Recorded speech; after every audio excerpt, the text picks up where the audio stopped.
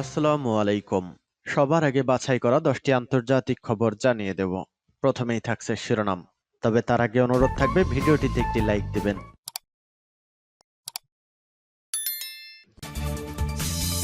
পুরোদমে ইসরায়েল ফিলিস্তিনি যুদ্ধ চলছে, জানিয়ে দিব হাতে থাকা গুরুত্বপূর্ণ আপডেট আন্তর্জাতিক সংবাদ। প্রথমেই সংবাদ শিরোনাম। লাখ লাখ মানুষের সমাবেশে ঘোষণা দিলেন জেনারেল সারি। ভারত মহাসাগরেও মার্কিন ও ইসরায়েলি জাহাজে ইয়েমেনি হামলা শুরু। এরপর জানিয়ে দিব প্রেস টিভিকে একান্ত সাক্ষাৎকারে ইসলামী জিহাদের নেতা মোহাম্মদ আল হিন্দি। গাজা গণহত্যায় অভিন্ন লক্ষ্যে কাজ করছে আমেরিকা ও ইসরায়েল। এদিকে রাফায় হামলার পরিকল্পনা অনুমোদন নেতানিয়াহু। আরো জানিয়ে দিব 3 ইসরায়েলের ওপর মার্কিন নিষেধাজ্ঞা। এরপর জানিয়ে দিব এমভি আবদুল্লাহ সহায়তায় যুদ্ধজাহাজ মোতায়েন করল ভারতীয় নৌবাহিনী। এবং সর্বশেষ জানিয়ে দিব নির্বাচনের মধ্যেই ইউক্রেনের রাশিয়ার ক্ষেপণাস্ত্র হামলা, নিহত 20। শুনছিলেন সংবাদ শিরোনাম, এখন বিস্তারিত। অনুরোধ থাকবে ভিডিওতে একটি লাইক করে দিন এবং কমেন্ট করে জানিয়ে দিন আপনার মূল্যবান মতামত। লাখ লাখ মানুষের সমাবেশে ঘোষণা দিলেন জেনারেল সারি। ভারত মহাসাগরেও মার্কিন ও ইসরায়েলি জাহাজে ইয়েমেনি হামলা শুরু। আনুষ্ঠানিক ঘোষণা দিয়ে প্রথমবারের মতো ভারত মহাসাগরে ইসরায়েলি ও মার্কিন জাহাজে হামলা চালিয়েছে ইয়েমেনের হুতি আনসারুল্লাহ আন্দোলন সেনাবাহিনী। অবরুদ্ধ গাজা উপত্যকায় চলমান ইসরায়েলি গণহত্যার প্রতিবাদে এতদিন লোহিত সাগর, আরব সাগর ও বাব আল মান্দা প্রণালীতে হামলা সীমিত রেখেছিল ইয়েমেন। এবার তা আরো বিস্তৃত পরিসরে ছড়িয়ে দেওয়া হলো। দেশটির সেনা মুখপাত্র ব্রিগেডিয়ার জেনারেল ইয়াহিয়া সারি শুক্রবার রাজধানী সানায় গাজার সমর্থনে লাখ লাখ মানুষের সাপ্তাহিক বিক্ষোভ সমাবেশে দেওয়া ঘোষণায় এ খবর জানান। তিনি বলেন, ইয়েমেনের সশস্ত্র বাহিনী ভারত মহাসাগরে উপযুক্ত ক্ষেপণাস্ত্র ও ড্রোন ব্যবহার করে 3টি ইসরায়েলি ও মার্কিন জাহাজে হামলা চালিয়েছে। 3টি হামলায় সফল হয়েছে বলে জেনারেল সারি উল্লেখ করেন। তবে এ সম্পর্কে তিনি বিস্তারিত আর কিছু জানান। এর আগে বৃহস্পতিবার ইয়েমেনের হুতি আনসারুল্লাহ আন্দোলনের নেতা আব্দুল মালিক আল হুতি বলেছিলেন তার দেশে সামরিক বাহিনী ইহুদিবাদী ইসরায়েল সংশ্লিষ্ট জাহাজগুলোর বিরুদ্ধে প্রতিশোধমূলক হামলা অব্যাহত রাখবে। এর পাশাপাশি ইয়েমেনি যোদ্ধারা ভারত মহাসাগর থেকে দক্ষিণ আফ্রিকায় কেপ অফ গুড পর্যন্ত ইসরায়েলি বিরোধী অভিযান বিস্তৃত করবে। প্রেস টিভিকে এক সাক্ষাৎকারে ইসলামী জিহাদের নেতা মোহাম্মদ আল হিন্দি। গাজা গণহত্যায় অভিন্ন লক্ষ্যে কাজ করছে আমেরিকা ও ইসরায়েল। অবরুদ্ধ গাজা উপত্যকার বিরুদ্ধে চলমান গণহত্যায় আমেরিকা ও ইহুদিবাদী ইসরায়েল অভিন্ন লক্ষ্যে কাজ করছে বলে অভিযোগ করেছে ইসলামী জিহাদ। গাজা ভিত্তিক ফিলিস্তিনের এই প্রতিরোধ আন্দোলনের উপ মহাসচিব মোহাম্মদ আল হিন্দি ইরানের প্রেস টিভিকে দেওয়া এক সাক্ষাৎকারে এ অভিযোগ করেন। হিন্দি বলেন, চলমান আগ্রাসনে ইসরায়েলের সঙ্গে আমেরিকার এক চুক্তি রয়েছে। বাহ্যিকভাবে আমেরিকাকে গাজাবাসীর জন্য নাকি কান্না করতে দেখা গেলেও মার্কিন প্রশাসন চলমান গণহত্যায় ইসরায়েলকে পরিপূর্ণ সহযোগিতা করে যাচ্ছে। জিহাদের এই সিনিয়র নেতা বলেন, তাদের অভিন্ন লক্ষ্য ফিলিস্তিন প্রতিরোধ আন্দোলনকে সম্পূর্ণ ধ্বংস করা। এটি মার্কিন ও ইসরায়েলি যৌথ কৌশলগত লক্ষ্য, যদিও তা বাস্তবায়নের ধরন ও অগ্রাধিকারে কিছুটা মতপার্থক্য রয়েছে।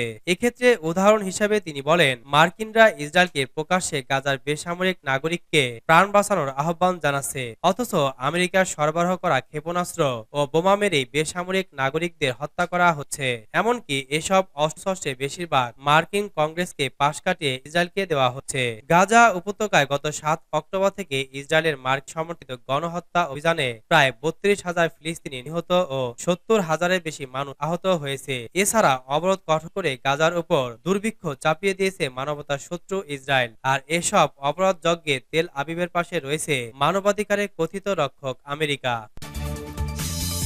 রাফায় হামলার পরিকল্পনা অনুমোদন নেতানিয়াহু। ইসরায়েলি প্রধানমন্ত্রী বেনিয়ামিন নেতানিয়াহু গাজা উপত্যকার সর্বদক্ষিণের নগরীর রাফায় হামলার পরিকল্পনা অনুমোদন করেছেন। ইসরায়েলি কর্মকর্তারা শুক্রবার এ তথ্য জানিয়েছেন। ইসরায়েলি হামলার মুখে গাজার অন্যান্য এলাকা থেকে বাস্তুচ্যুত 10 লাখের বেশি ফিলিস্তিনি এখানে আশ্রয় নিয়েছে। অনেকে আশঙ্কা করছেন, ইসরায়েল রাফায় বড় ধরনের হামলা শুরু করলে ব্যাপক বেসামরিক প্রাণহানি ঘটবে। তাছাড়া গাজা জুড়ে মানবিক সংকট আরো প্রকট হবে। ইসরায়েলি হামলার অনুমোদন করার প্রেক্ষাপটে জার্মানির পররাষ্ট্রমন্ত্রী আনালেনা বিয়েরবক টুইটে বলেছেন, রাফায় বড় ধরনের হামলা যৌক্তিক হতে পারে না। সেখানে 10 লাখের বেশি লোক আশ্রয় নিয়েছে, তাদের আর কোথায় যাওয়ার জায়গা নেই। আর লোক যাতে না মরে এবং পণবন্দীরা যাতে মুক্তি পেতে পারে, সেজন্য অবিলম্বে মানবিক অস্ত্রবিরতি প্রয়োজন। মার্কিন প্রেসিডেন্ট জো বাইডেন ইতোপূর্বে বলেছেন, বেসামরিক নাগরিকদের রক্ষায় পর্যাপ্ত ব্যবস্থা ছাড়া হামলা চালানো হবে রেড লাইন অতিক্রম করা। নেতানিয়াহু শুক্রবার ফিলিস্তিনি প্রতিরোধ আন্দোলন হামাসের নতুন যুদ্ধবিরতির প্রস্তাব নিয়ে যুদ্ধ মন্ত্রিসভায় আলোচনার পর রাফায় হামলার পরিকল্পনা অনুমোদন করেন। হামাসের প্রস্তাবে 3টি পর্যায়ে যুদ্ধবিরতির কথা বলা হয়েছে। প্রথম পর্যায়ে ইসরায়েলের নারী, শিশু, প্রবীণ এবং অসুস্থ লোকদের মুক্তির কথা বলা হয়েছে। বিনিময়ে ইসরায়েলের কারাগারে আটক রয়েছে কয়েকশো ফিলিস্তিনি মুক্তি দাবি করেছে। এসব ফিলিস্তিনির মধ্যে হত্যা মামলার আসামিও রয়েছে। গত 7 অক্টোবর ইসরায়েলের অভ্যন্তরে হামলা চালায় হামাস এবং তাদের সহযোগীরা প্রায় 250 ইসরায়েলি এবং অন্যান্য দেশের লোককে বন্দী করে। ওই সময় প্রায় 1200 লোক নিহত হয়। নভেম্বরে বন্দীদের প্রায় অর্ধেক মুক্তি পায়। ইসরায়েল মনে করছে হামাসের হাতে এখনো 130 জনের মতো বন্দী রয়েছে।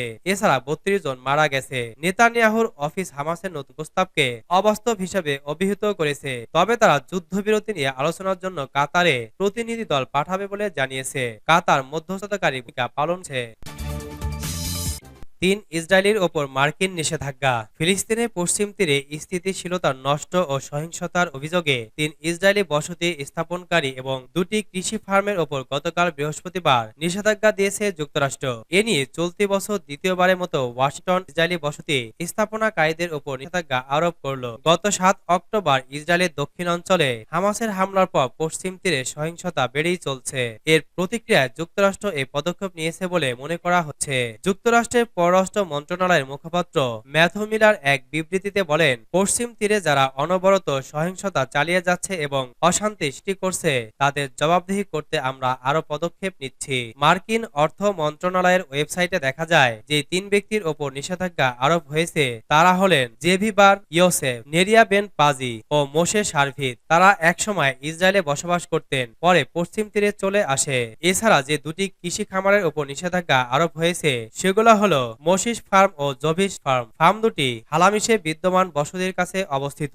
জোসিফ ফার্মের মালিক ও প্রতিষ্ঠাতা হলেন জেভি বার ইয়োসেফ আর মোশিস ফার্মের মালিক ও প্রতিষ্ঠাতা হলেন মোশে শারভিত। এই 2টি ফার্মকে ঘাঁটি হিসেবে ব্যবহার করে সেখান থেকে ফিলিস্তিনিদের বিরুদ্ধে সহিংসতা চালানো হয়। এই নিষেধাজ্ঞার আওতায় এসব ব্যক্তি ওই প্রতিষ্ঠানের সঙ্গে সম্পর্কিত যে কোনো সম্পদ জব্দ করা হবে। পাশাপাশি তাদের সঙ্গে মার্কিন নাগরিকদের লেনদেন করতে নিষেধ করা হয়েছে। ফিলিস্তিনি কর্তৃপক্ষ জানিয়েছে 7 অক্টোবরের পর থেকে পশ্চিম তীরে ইসরায়েলি বাহিনী বা বসতি স্থাপনাকারীদের হাতে অন্তত 430 জন ফিলিস্তিনি নিহত হয়েছেন। অন্যদিকে ইসরায়েলের কাছ থেকে প্রাপ্ত তথ্যের হিসাব রেখেছে এএফপি। তাদের হিসাবে এ সংখ্যায় প্রায় 1160 জন, যাদের বেশিরভাগই বেসামরিক মানুষ। এমভি আবদুল্লাহর সহায়তায় যুদ্ধজাহাজ মোতায়েন করল ভারতীয় নৌবাহিনী। সোমালিয়া জলদস্যুদের কবলে পড়া বাংলাদেশি জাহাজ এমভি আবদুল্লাহর সহায়তায় যুদ্ধজাহাজ এবং একটি দূরবর্তী টহল জাহাজ LRMP মোতায়েন করেছে ভারতের নৌবাহিনী। শুক্রবার 15 মার্চ সামাজিক যোগাযোগ মাধ্যম এক্সে এক পোস্টে ভারতীয় নৌবাহিনী এ তথ্য জানিয়েছে। ভারতীয় নৌবাহিনী জানিয়েছে, বাংলাদেশি জাহাজটি জলদস্যুদের কবলে পড়ার খবর পাওয়ার পর তাৎক্ষণিকভাবে দূরবর্তী টহল জাহাজ LRMP মোতায়েন করা হয়। এরপর 12 মার্চ সন্ধ্যায় জাহাজটির অবস্থান শনাক্ত করার পর জাহাজের নাবিকদের অবস্থা জানতে যোগাযোগ স্থাপনের চেষ্টা করা হয়, কিন্তু জাহাজ থেকে সাড়া পাওয়া যায়নি। তাদের পোস্টে আরো বলা হয়, এ ঘটনার পরে ভারতীয় নৌবাহিনী একটি যুদ্ধ জাহাজ মোতায়েন করে। সেটি ওই অঞ্চলে সামুদ্রিক নিরাপত্তায় কাজ করছিল। যুদ্ধ জাহাজটি 14 মার্চ সকালে ছিনতাইকৃত জাহাজটি গতিপথে প্রতিবন্ধকতা তৈরি করে। নৌবাহিনী বিবৃতিতে আরো বলা হয়, সশস্ত্র জলদস্যুদের হাতে জিম্মি বাণিজ্যিক জাহাজে ক্রুদের নিরাপত্তা নিশ্চিত করা হয়েছে এবং জাহাজটি সোমালিয়ার জলসীমায় পৌঁছানো পর্যন্ত ভারতীয় নৌবাহিনীর যুদ্ধজাহাজ এর কাছাকাছি অবস্থানেই ছিল। বর্তমানে ভারতীয় নৌবাহিনীর যুদ্ধজাহাজ কাছাকাছি এলাকায় উপস্থিত রয়েছে। নির্বাচনের মধ্যেই ইউক্রেনে রাশিয়ার ক্ষেপণাস্ত্র হামলা, নিহত 20। ইউক্রেনের বন্দর নগরী ওডেসায় জোড়া ক্ষেপণাস্ত্র হামলা চালিয়েছে রাশিয়া। শুক্রবার 15 মার্চ চালানো এই হামলায় অন্তত 20 জন নিহত হয়েছেন। আল জাজিরা জানিয়েছে, শুক্রবার রাশিয়ার স্থানীয় সময় সকাল 8টা থেকে ভোট গ্রহণ শুরু হয়েছে। আগামী রোববার 17 মার্চ পর্যন্ত 3 দিন ধরে চলবে ভোট গ্রহণ। ভোট শুরুর কয়েক ঘন্টা পর স্থানীয় সময় সকাল 11টার দিকে প্রথম ক্ষেপণাস্ত্রটি আঘাত হানে ওডেসায়। সেটির আঘাতের পর ইউক্রেনের জরুরি পরিষেবা বিভাগের কর্মকর্তারা ঘটনাস্থলে ছুটে আসেন। সে সময় দ্বিতীয় ক্ষেপণাস্ত্রটি ছোড়ে রুশ সেনারা। সামরিক পরিভাষায় এ ধরনের ক্ষেপণাস্ত্র হামলাকে ডবল ট্যাপ হামলা বলা হয়। জরুরি পরিষেবা বিভাগের মুখপাত্র মারিয়ানা অ্যাভেরিনা সংবাদ মাধ্যম CNN কে বলেন, 2022 সালের ফেব্রুয়ারিতে ইউক্রেনে সামরিক অভিযান শুরুর পর এই প্রথম ওডেসায় ডবল ট্যাপ হামলা চালিয়েছে রুশ বাহিনী। স্থানীয় কর্তৃপক্ষ জানিয়েছে, আবাসিক ভবন, গ্যাস পাইপলাইন ও অ্যাম্বুলেন্স লক্ষ্য করে বিমান হামলা চালায় রাশিয়া। এতে 20 জন নিহতের পাশাপাশি অন্তত 75 জন আহত হয়েছেন। হামলার প্রত্যক্ষদর্শী মারিয়া স্লিজোভস্কা বলেন, দ্বিতীয় ক্ষেপণাস্ত্র আঘাত হানার আগে প্রথম হামলায় তার মায়ের বাড়ির সবকিছু ভেঙে যায়। অনেক মানুষ আছে সেখানে, রক্ত ও অ্যাম্বুলেন্স ছিল। শুক্রবার সন্ধ্যায় এক ভিডিও বার্তায় ইউক্রেনের প্রেসিডেন্ট ভ্লাদিমির জেলেনস্কি রুশ বাহিনীর এই হামলাকে ঘৃণ্য কাপুরুষতা উল্লেখ করে বলেছেন,